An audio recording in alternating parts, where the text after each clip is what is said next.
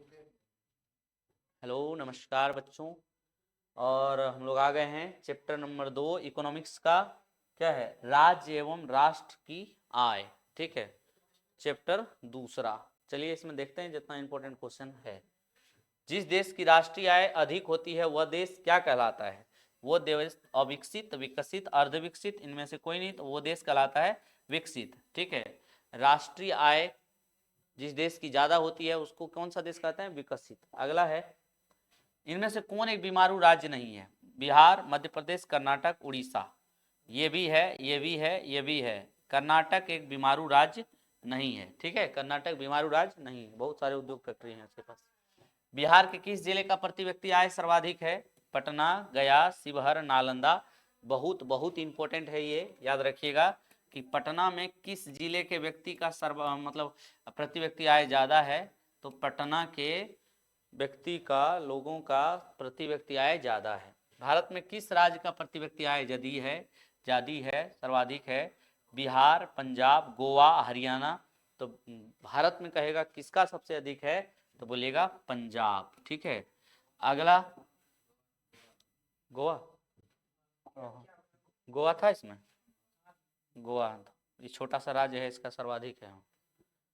अगला है, सन 2008-9 के अनुसार भारत की औसत प्रति व्यक्ति आय कितनी बताई गई थी? 2008-9 में जो बताया गया था 22,553, 25,494, 6,610, 54,850। तो ये बताया गया था 25,494।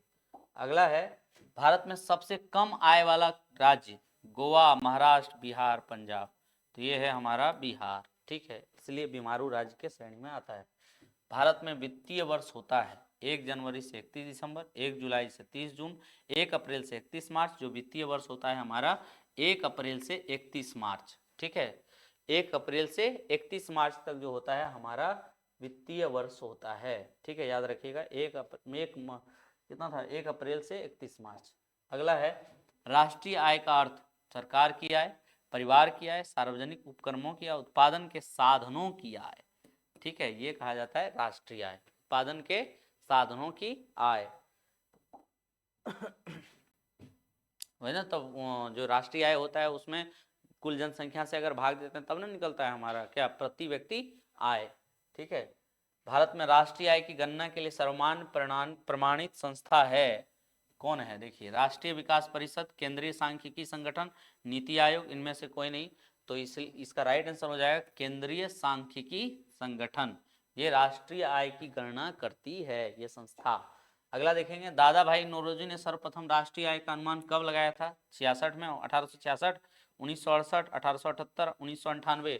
तो दादा भाई नौरोजी ने जो लगाया था सबसे पहले 1866 में, और प्रति व्यक्ति आय कितना बताया था उसने? 100। ठीक है, उस समय। आय तथा उपभोग का अंतर क्या कहलाता है? विनिमय, मुद्रा, बचत। कोई नहीं, आय और उपभोग का अंतर क्या कहलाता है? बचत कहलाता है। ठीक है, आय जितना होगा, जितना आप खर्चा किए, घटाएंगे क्या निकलेगा?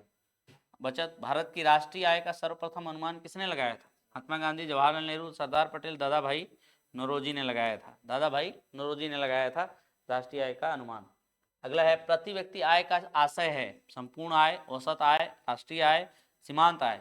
तो प्रति व्यक्ति आय का मतलब ये है कि औसत आय। ठीक है, अगला देखेंगे, निम्नलिखित में कौन हमारे रहन सहन के स्तर को प्रभावित करता है?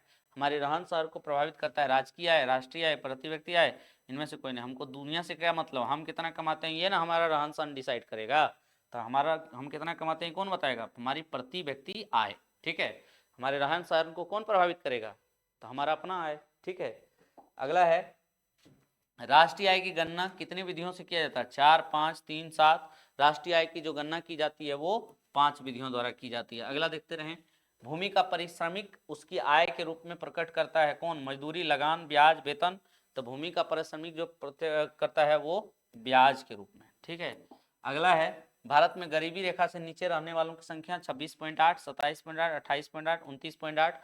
इसमें राइट आंसर हो जाएगा 29.8, गरीबी रेखा से नीचे रहने वाले लोग। अगला है, बिहार में कुल घरेलू उत्पाद का कितना प्रतिशत? बिहार में, क्वेश्चन नंबर 18 देखिए, बिहार में कुल घरेलू उत्पाद का कितना प्रतिशत है? 8.03, 9.03, 11.03, 10.03, इसका राइट आंसर हो जाएगा 11.03। ठीक है। अब बिहार में जनसंख्या जो घनत्व है ये सबसे ज़्यादा है। बिहार की जनसंख्या घनत्व जो है ये सबसे ज़्यादा है, और वो कितना है, 1108 आदमी प्रति किलोमीटर स्क्वायर। ठीक है, यानी कि सबसे अधिक कहेगा भारत में जनसंख्या घनत्व किस राज्य का है, तो बिहार का ही है। अगला देखेंगे, बिहार की प्रति व्यक्ति आय किस देश भर में है, न्यूनतम, औसतन से अधिक, अधिकतम कभी नहीं हो सकता ये सब, है ना। इतना रहते तो हम लोग अभी राज करते हैं ना। बिहार की जो प्रति व्यक्ति आय है बहुत कम है, न्यूनतम है। अगला है, बिहार में सबसे कम प्रति व्यक्ति आय वाला जिला कौन है, वैशाली, वैशाली, शिवहर, सारण, पटना। पटना का प्रति व्यक्ति आय तो सबसे ज्यादा है, और इस सब का भी है, लेकिन शिवहर का प्रति व्यक्ति आय, शिवहर ये कम है। ठीक है। अगला देखेंगे, 2009-10 के अनुसार बिहार की प्रति व्यक्ति आय, 2009-10 के अनुसार से बिहार की प्रति व्यक्ति आय बताया गया 7815, मतलब 7815, 16119, 13211, 15254, तो बताया गया 16119। ठीक है। अगला देखेंगे, बिहार की आय में सर्वाधिक योगदान औद्योगिक क्षेत्र का, कृषि क्षेत्र का, सेवा क्षेत्र का, इनमें से कोई नहीं, तो सर्वाधिक योगदान जो हो जाएगा इसमें कृषि क्षेत्र का या सेवा क्षेत्र का, सबसे अधिक योगदान सेवा क्षेत्र का। ठीक है। अगला देखेंगे, बिहार राज्य गरीबी क्षेत्र, गरीबी रेखा के नीचे रहने वाले लोगों की संख्या का प्रतिशत है 41.4, 54.4, 64.4, 70.4।